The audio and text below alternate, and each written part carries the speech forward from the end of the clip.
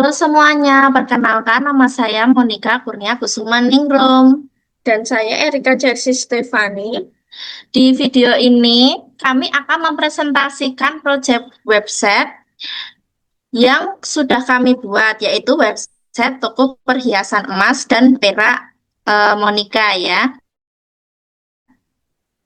Website ini dibuat sebagai pengembangan dari tugas website sebelumnya. Di dalamnya sudah ada halaman utama, halaman produk, halaman owner atau profil portofolio, fitur testimoni, fitur belanja, serta halaman admin untuk mengelola data. Selain demo website, kami juga akan menunjukkan hasil pengujian kualitas kode menggunakan SonarCube. Jadi alurnya nanti dimulai dari penjelasan project, demo fitur website, demo CRUD, lalu hasil pengujian SonarCube. Proyek ini adalah website e-commerce sederhana untuk toko perhiasan emas dan perak. Tujuannya adalah untuk membantu pelanggan melihat koleksi produk, melihat detail produk, melakukan registrasi dan login, menambahkan produk ke keranjang, sampai melakukan check-out. Nah, di sini untuk sisi admin, website ini juga menyediakan panel admin. Nah, admin itu tuh di panel ini tuh bisa melihat dashboard, bisa mengelola produk, bisa mengelola kategori, lalu melihat pesanan. Nah, setelah itu mengelola testimoni dan melihat data user. Untuk teknologi yang digunakan di proyek ini adalah PHP, MySQL, HTML, CSS, dan JavaScript. Untuk database, proyek ini menggunakan database bernama perhiasan DB. File database juga sudah dipersiapkan dalam bentuk database SQL supaya bisa diimport lewat PHP MyAdmin. Nah, di demo halaman beranda ini, sekarang ini kita bisa masuk ke tampilan websitenya ya. Di halaman awal, pengguna akan melihat tampilan beranda dengan tema toko perhiasan. Di bagian atas ada menu navigasi ya, seperti beranda, produk, testimoni, terus kontak, owner, dan juga ada halaman loginnya. Pada bagian beranda juga ada slider gambar yang menampilkan promosi produk. Setelah itu ada informasi layanan toko seperti pengiriman cepat, produk asli, garansi, dan customer service. Nah, di halaman ini itu juga ditampilkan beberapa produk unggulan ya. Di produk unggulan itu ada daftar produk, terus jadi pengunjung bisa melihat contoh langsung produk tanpa harus login terlebih dahulu.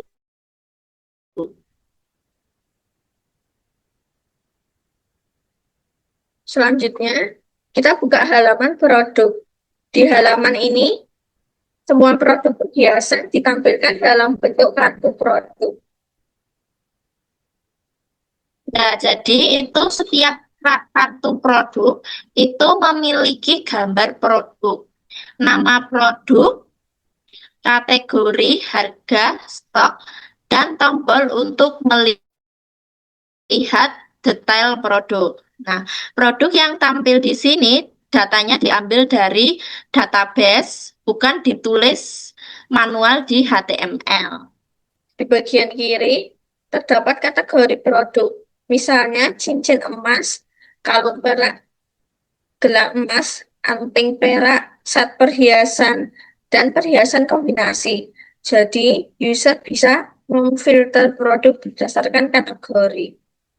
Nah, di sini ada juga fitur pencarian dan sorting. Dengan fitur ini, user itu bisa mencari produk tertentu dan mengurutkan produk sesuai pilihan.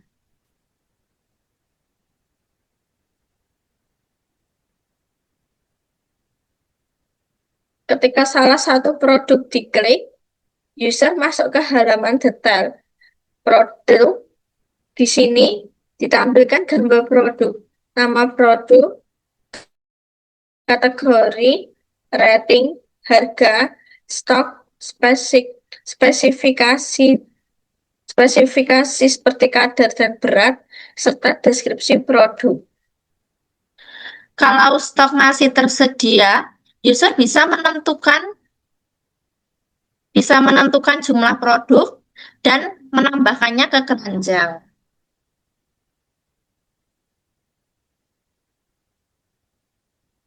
Pada pada demo halaman owner dan portofolio,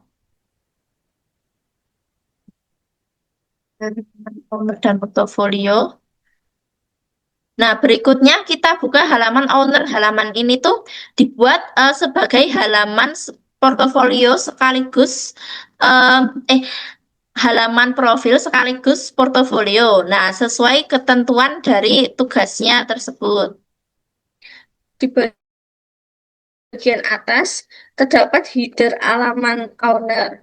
Lalu di bawahnya ada profil kami sebagai owner, yaitu Erika Chelsea Stefani dan Monica Kurnia Ningrum. Nah, di halaman ini tuh juga ada penjelasan project yang pernah kami buat ya, penjelasan project yang pernah kami buat. Nah, Lah, proyek pertama itu adalah dashboard analitik, tren pasar, dan harga komoditas pertanian. Itu yang buat Erika. Itu mata kuliahnya Pak Victor kemarin. Proyek ini tuh menjelaskan sistem dashboard analitik dengan fitur CRUD. Jadi itu ada login multi role, ada visualisasi, visualisasi CardJS dan ekspor data. Untuk proyek yang kedua adalah portal manajemen proyek konsultan TI. Proyek ini berisi fitur manajemen proyek, manajemen tugas, risk register, time tracking, file repository, communication log, dan penggunaan Docker Compose. Nah, selain itu, ada juga proyek kolaborasi, yaitu website toko perhiasan emas dan perak yang sedang kami demokan ini. Nah, jadi halaman owner ini sudah halaman profil dan eh, portofolio. Jadi fungsinya ada halaman profil dan portofolio. Selanjutnya, kita masuk ke halaman testimoni. Halaman ini digunakan untuk mendemonstrasikan aktivitas CRUD. CRUD sendiri itu adalah create, read, update, dan delete. Nah, di halaman ini, user itu yang sudah login itu bisa membuat testimoni ya, melihat daftar testimoni, mengedit testimoni miliknya sendiri, dan bisa menghapus testimoninya sendiri. Jadi kayak rating di Google Maps seperti itu. Pertama, kita coba bagian create, yaitu menambahkan testimoni baru. User bisa mengisi judul, rating, dan isi testimoni, kemudian menekan tombol kirim.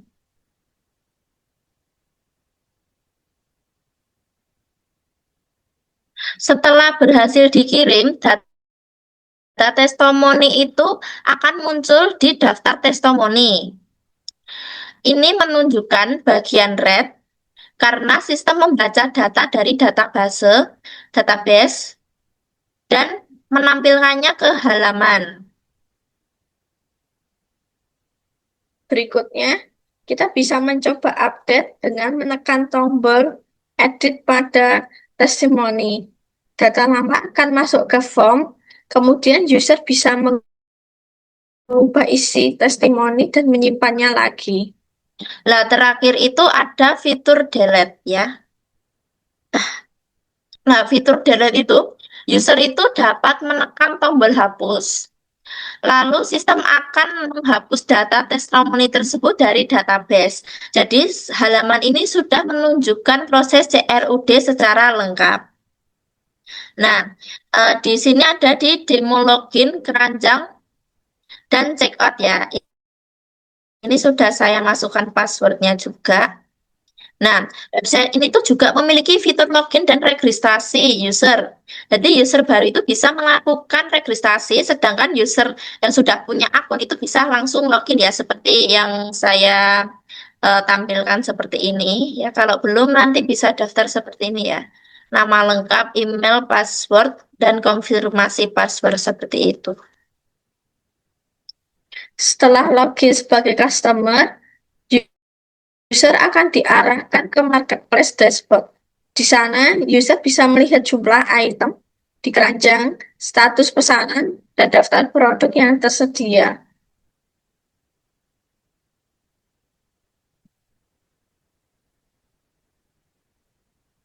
Nah, di bagian produk, user bisa menambahkan produk ke keranjang. Nih, seperti ini. Setelah itu, halaman keranjang itu akan menampilkan daftar produk yang dipilih. Jadi jumlah barang, harga barangnya, harga satuan, sama total harga juga. User juga bisa mengubah jumlah barang atau menghapus barang dari keranjang.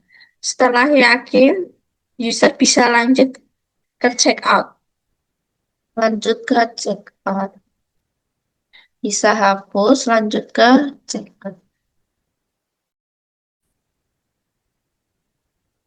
Nah, pada halaman check out, user itu mengisi alamat pengiriman, nomor telepon, dan catatan jika diperlukan.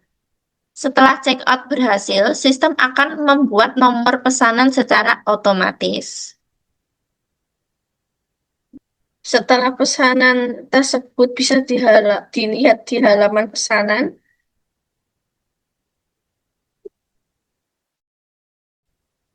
di sini user bisa melihat nomor pesanan, status pesanan, total harga, dan detail barang yang dipesan.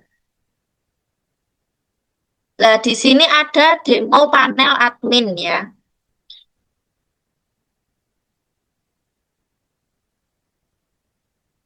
Sekarang kita masuk ke panel admin. Untuk login admin, akun yang digunakan yaitu username admin dan password password 123. Nah, lalu setelah login itu, admin akan masuk ke dashboard. Dashboard ini menampilkan ringkasan data seperti total produk, total pesanan, data user, dan total kategori. Di menu produk, admin bisa menambah produk baru, mengedit produk, dan menghapus produk. Data yang dikelola di sini langsung terhubung ke database dan akan tampil di halaman produk customer.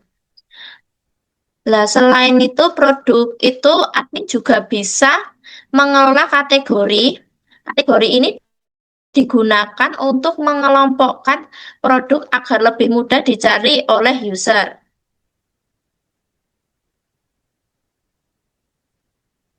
Di menu pesanan, admin bisa melihat pesanan dari customer dan mengubah status pesanan. Ini membantu admin memantau proses transaksi. Lalu di menu testimoni. Di menu testimoni itu tuh admin itu bisa melihat testimoni dari pelanggan. Lalu di menu user, admin itu bisa melihat data user yang terdaftar pada website. Menu user.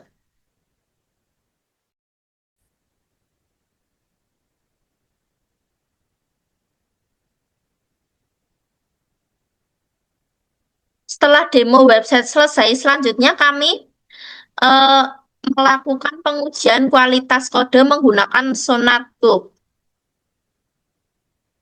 Sonar SonarCube digunakan untuk mengecek kualitas source code. Dari SonarCube kita bisa melihat apakah ada vulnerability, security hotspots, code smell, duplikasi code, dan juga informasi coverage. Nah, untuk proyek itu, SonarCube itu dijalankan secara lokal menggunakan Docker. Lalu kami menjalankan Sonar Scanner dan root folder project.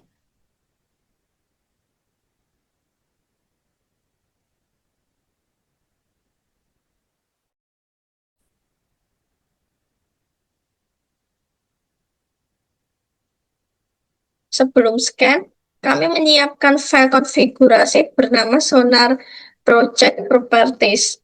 File ini berisi nama project, project key, lokasi source code, encoding, dan daftar file yang dikecualikan dari analisis. Nah, di sini ada konfigurasi SonarCube. Nah, Sonar titik Project Key sama dengan website perhiasan emas perak Monica. Sonar titik Project Name website perhiasan emas perak Monica. Sonar titik Source sama dengan titik. Sonar titik Exclusion Upload zip SQL MD. Nah, di sini tuh folder upload itu tidak ikut di analisis ya, karena berisi gambar produk, bukan source code ya. Kayak contohnya tuh file zip, SQL, dan Markdown itu juga dikecualikan supaya hasil analisis itu lebih fokus pada kode aplikasinya. Nah, di sini ada tampilan measure dari dashboard SonarCube ya. Hasil dari SonarCube itu ada matriknya itu ada Qualitygate, terus ada hasilnya itu oke ya. Filesnya itu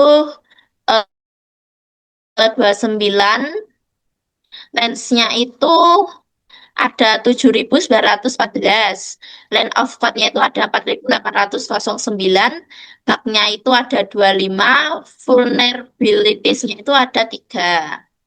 Lalu security hotspot ada 2, kode smells-nya itu ada 148. Coverage-nya itu ada 0%, duplikat land destiny itu ada 0,0%. Dari hasil pengujian, quality gate project ini adalah oke. Artinya, berdasarkan aturan default Sonar Code, project ini masih lolos dari batas kualitas utama. Nah, untuk hasil matriksnya, SonarCube ini mendeteksi 29 files, 7.914 baris, dan 4.809 lines of code. Nah, untuk temuan terdapat 25 bugs, 3 vulnerability, 2 security hotspot, dan 148 kode smell. Coverage masih 0,0% karena proyek ini belum menggunakan unit test atau laporan PHP unit coverage. Jadi Sonarco belum menerima data pengujian otomatis dari sisi unit test. Nah, untuk duplikasi kode ini hasilnya 0,0%. Ini berarti SonarCube tidak mendeteksi duplikasi baris yang signifikan pada proyek ini.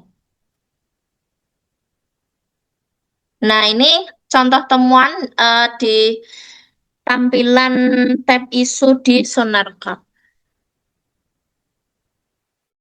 Contoh vulnerability yang ditemukan adalah resource eksternal seperti CDN belum menggunakan integrity attribute. Hal ini muncul pada file admin atau index.php dan include atau header.php.